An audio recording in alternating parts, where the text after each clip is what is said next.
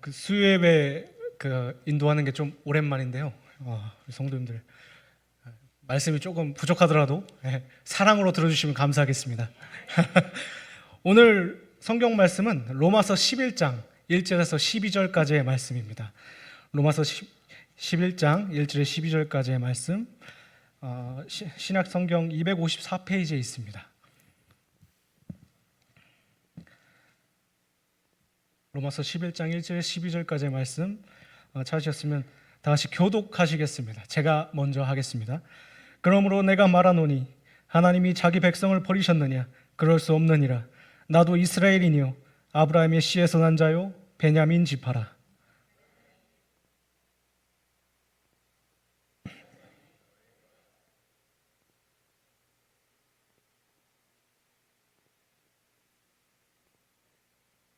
주여, 그들이 주의 선지자들을 죽였으며 주의 제단들을 헐어버렸고 나만 남았는데 내 목숨도 찼나이다 하니,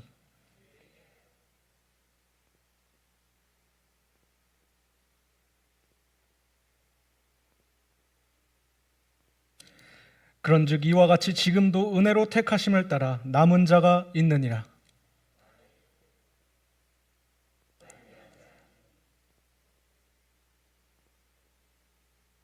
그런즉 어떠하냐?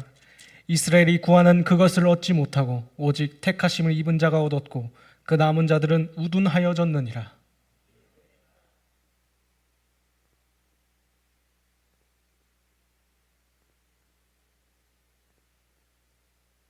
또 다윗이 이르되 그들의 밥상이 올무와 덫과 거칠은 것과 봉이 되게 하시옵고,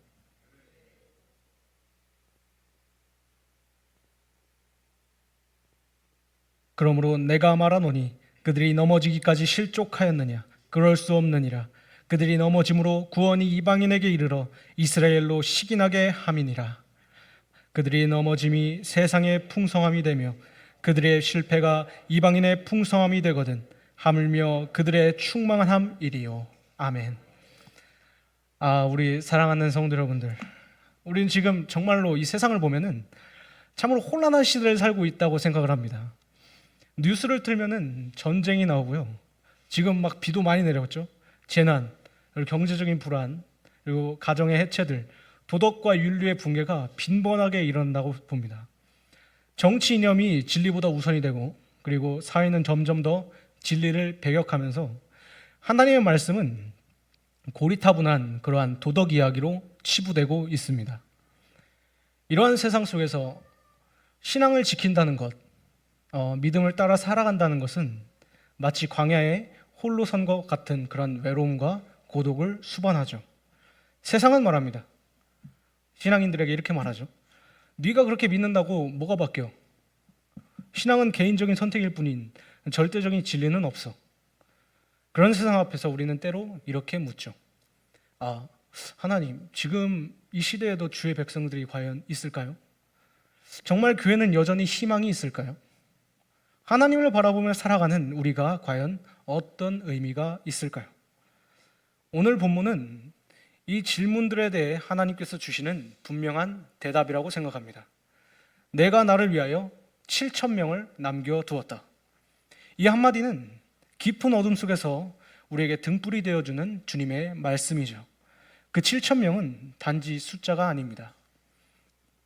그들은 하나님께서 세상의 타락 속에서도 신실하게 지켜낸 백성들, 하나님의 뜻을 이어갈 남은 자들, 그리고 오늘 우리에게 사명으로 살아가라고 부르신 그러한 복된 성도님들입니다. 오늘 우리는 이 말씀을 통해서 그 세 가지 좀 은혜를 나눠보고자 합니다.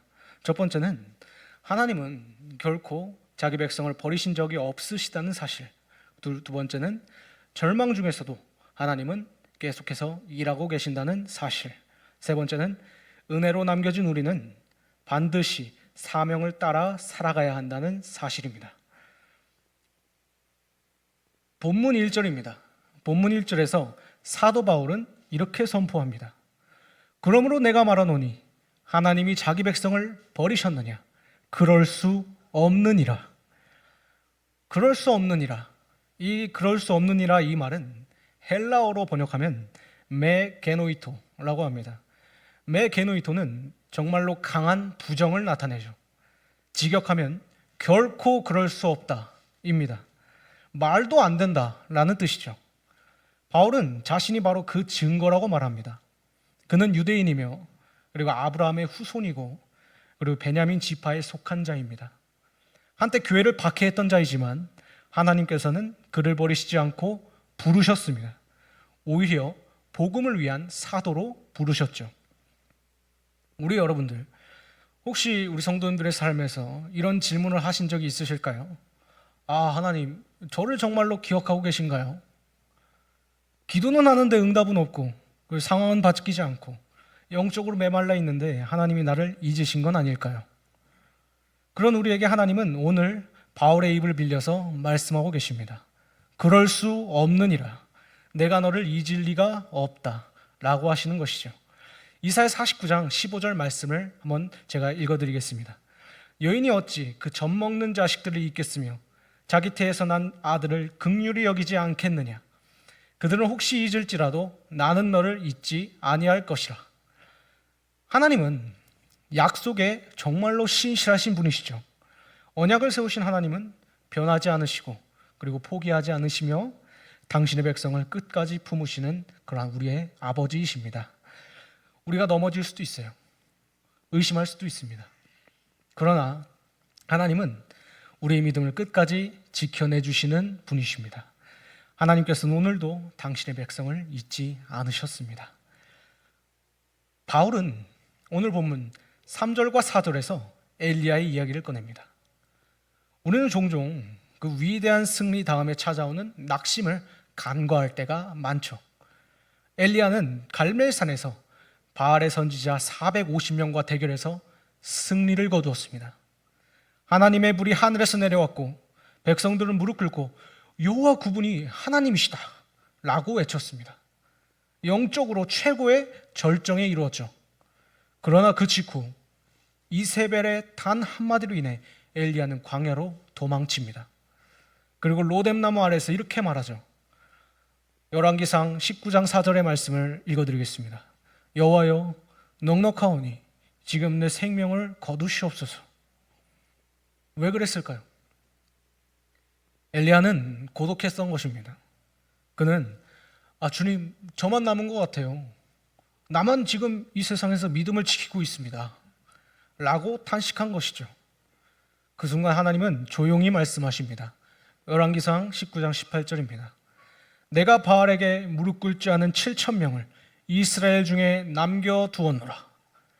우리 사랑하는 성도 여러분들, 우리가 보지 못한다고 해서 없는 것이 전혀 아니죠. 우리 눈에 보이지 않는다고 해서 하나님께서 일하고 계시지 않는다는 것은 아닙니다.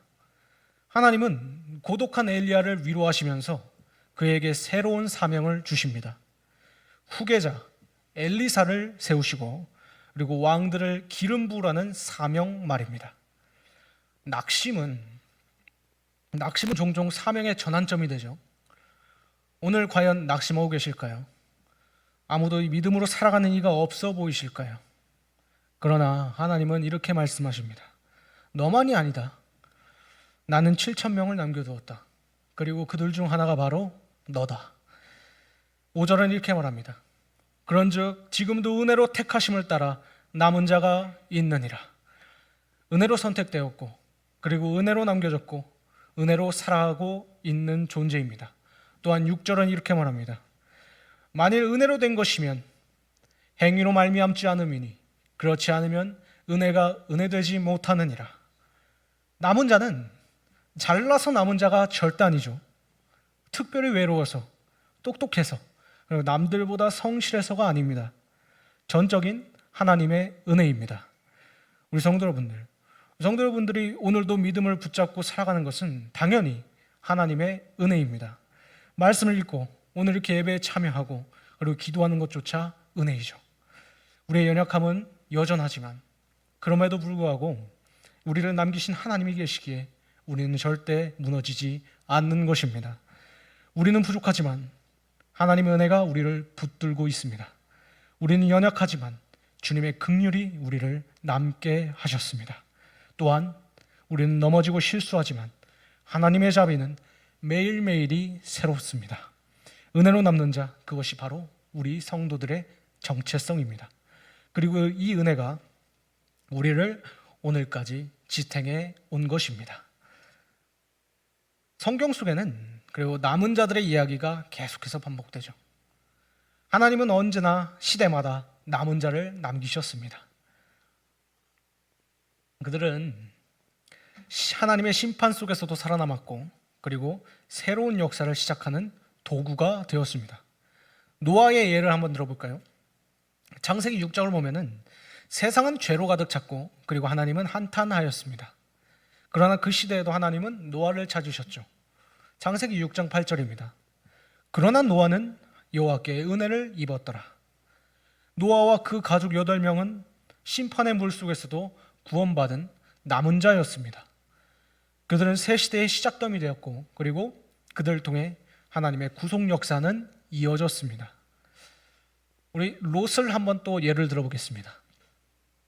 소돔과 고모라는 타락의 끝이었죠.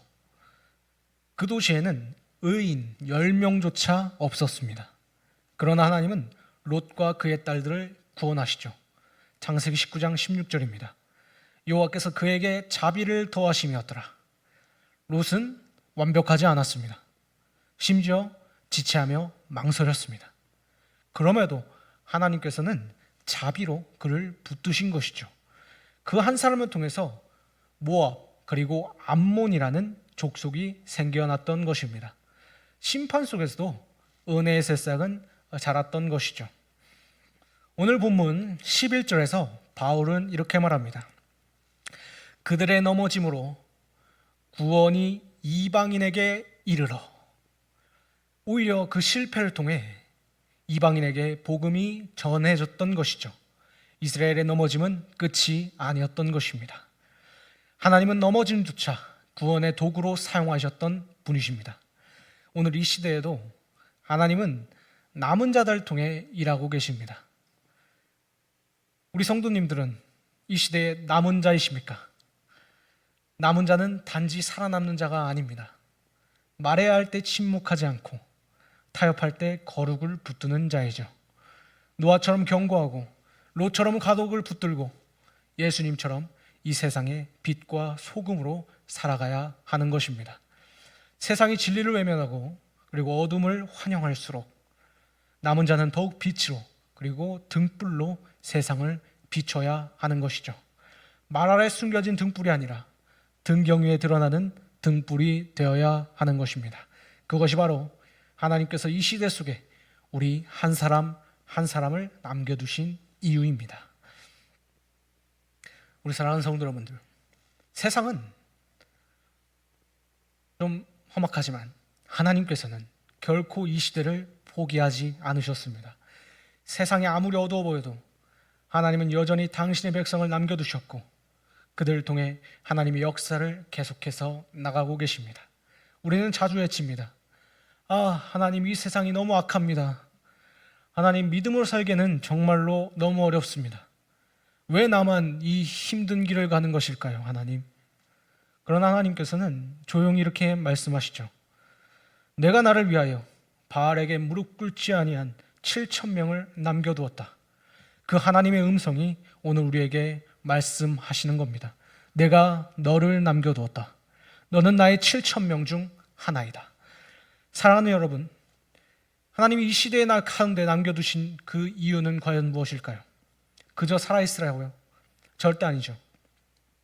복음을 전하라고, 그리고 진리를 지키라고, 세상 속에 빛과 소금으로 살아가라고 우리 여러분들을 남겨두신 것입니다. 우리는 절대 잊지 말아야 하죠.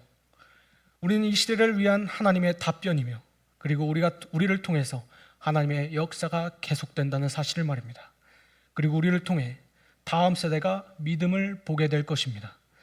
우리를 통해 우리의 교회가 다시 살아날 것입니다. 또한 우리를 통해 죽어갔던 영혼들이 다시 하나님께로 돌아오게 될 것입니다. 엘리야가 낙심했을 때 하나님은 말씀하셨습니다. 너만 남은 것이 아니다. 내가 남겨둔 자들이 있다. 그리고 그들을 통해 하나님께서는 새로운 그러한 시작을 이루셨습니다. 오늘 이 자리에 있는 여러분이 그 새로운 시작의 사람인 것입니다. 주님 다시 오실 때까지 남은 자의 믿음을 지키며 주의 길을 예비하는 자로 살아가는 그런 복된 저와 우리 성도님들 되시기를 주님의 이름을 간절히 기도하고 소망합니다. 기도하겠습니다. 사랑이 많으신 하나님 아버지, 하나님, 제가 이 시대의 7,000명